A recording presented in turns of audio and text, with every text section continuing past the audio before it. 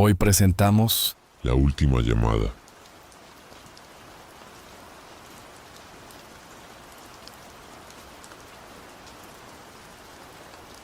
Daniel estaba atrapado en una rutina tan desgastante como la ciudad que lo rodeaba.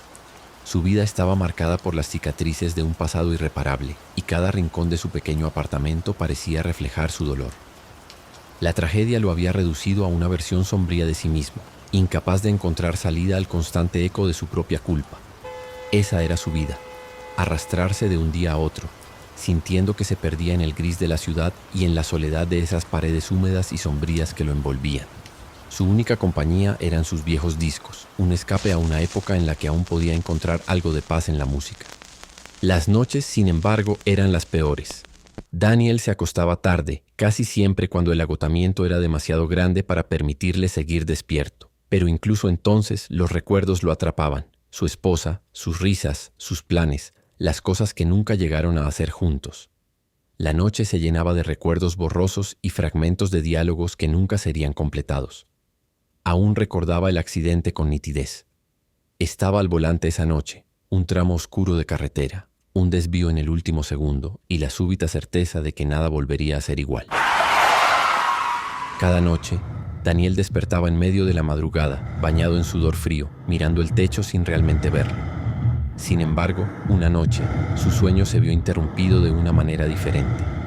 A las 3 de la mañana, un sonido agudo y seco quebró el silencio. El teléfono de línea fija, aquel objeto de otro tiempo, sonaba en su mesita de noche. Confuso, Daniel se sentó en la cama, preguntándose quién llamaría a esas horas. Nadie usaba esa línea. Apenas pensaba en ella, pero nunca se había molestado en desconectarla. Aún medio dormido, extendió una mano temblorosa y descolgó el auricular. ¿Hola? Preguntó, su voz ronca y quebrada. Lo que escuchó al otro lado le heló la sangre.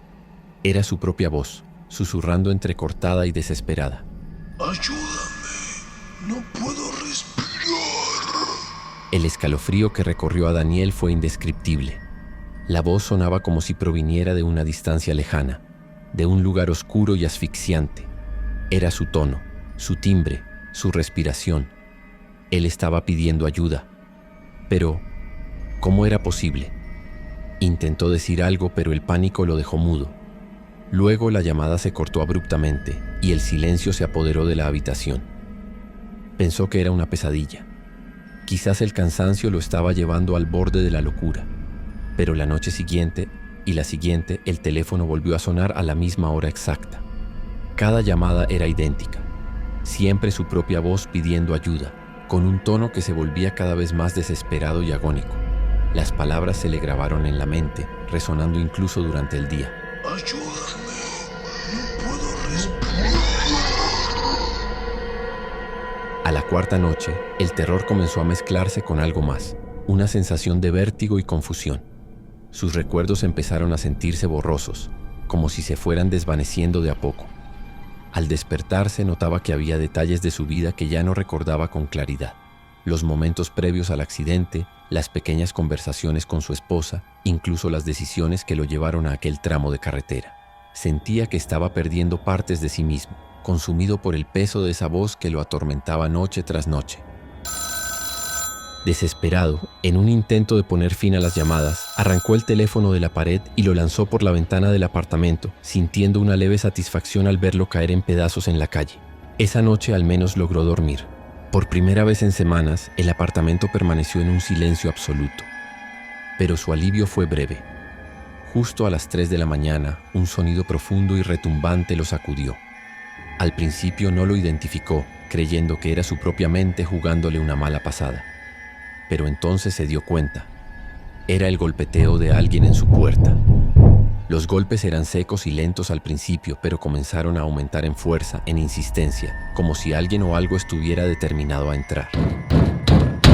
Daniel se quedó paralizado, su mente negándose a aceptar lo que estaba ocurriendo. Los golpes eran tan fuertes que toda la habitación parecía vibrar. Finalmente, en un impulso de puro terror, se acercó a la puerta y la abrió de un tirón, esperando enfrentar cualquier cosa al otro lado. Pero lo que vio lo dejó sin palabras. Allí, frente a él, estaba él mismo, o una versión retorcida de él. Este Daniel era demacrado. Sus ojos estaban hundidos en profundas cuencas oscuras y su piel tenía un tono ceniciento. Parecía una sombra viviente, una versión descompuesta de él mismo. Lo observaba con una expresión de reproche y dolor. «No debiste abandonarme», susurró la figura, su voz quebrada pero reconocible. La voz que lo había estado llamando noche tras noche. Daniel intentó retroceder, pero su doble lo agarró del brazo con una fuerza imposible de resistir.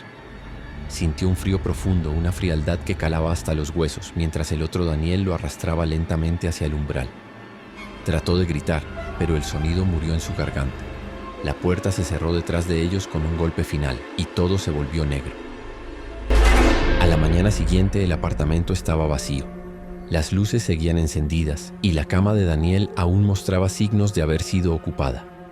En la mesita de noche el teléfono, que él había destrozado y arrojado por la ventana, estaba de vuelta, intacto, como si nada hubiera ocurrido. Justo a las 3 de la mañana el teléfono sonó. El eco del timbre rompió el silencio de la habitación vacía. Al otro lado de la línea, una voz débil, apenas audible, murmuró una súplica que nadie escucharía.